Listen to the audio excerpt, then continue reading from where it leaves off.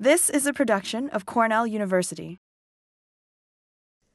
Tim Gallagher is a modern man pursuing the ancient sport of falconry, hunting with birds of prey. In his book Falcon Fever, Tim says his passion for falconry kept him alive through the highs and often painful lows of an eventful life. During the same period, the peregrine falcon also found rebirth, pulled back from the brink of extinction. Today, Tim and his 10-year-old peregrine, Macduff, work as a team.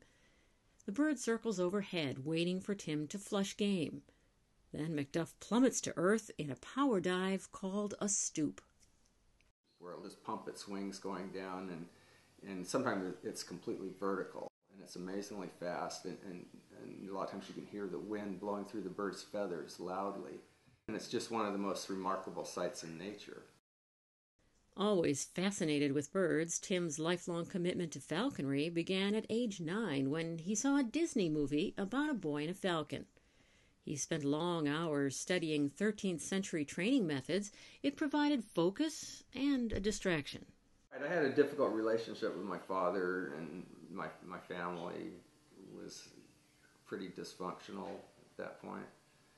And yeah, it did give me a chance to get away from it all.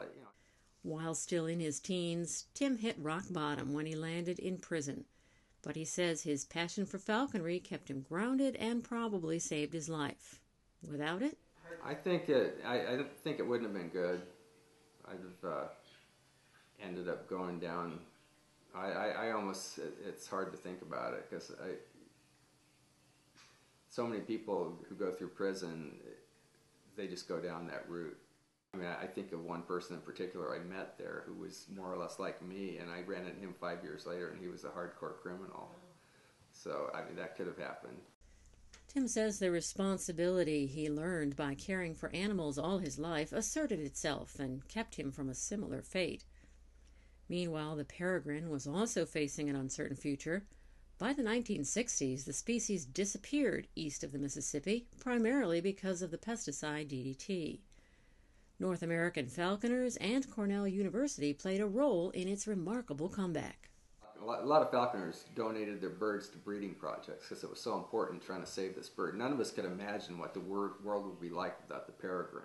And Tom Cade at Cornell, he was actually the director of raptor research for years at the Lab of Ornithology, but he formed the Peregrine Fund. They produced something like 7,000 young peregrines there, and they just released them all over.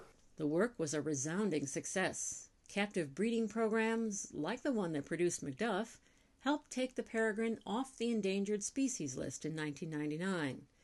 The falcon is nesting in greater numbers in the Northeast than ever before. A story with a happy ending for the falcon and the falconer, who says a special bond with birds saved his life. It's possible for a human to get as close to a falcon as a falcon gets to another falcon. And it's a special relationship. It's one of respect for each other. Being able to develop that kind of bond with a bird is important to me.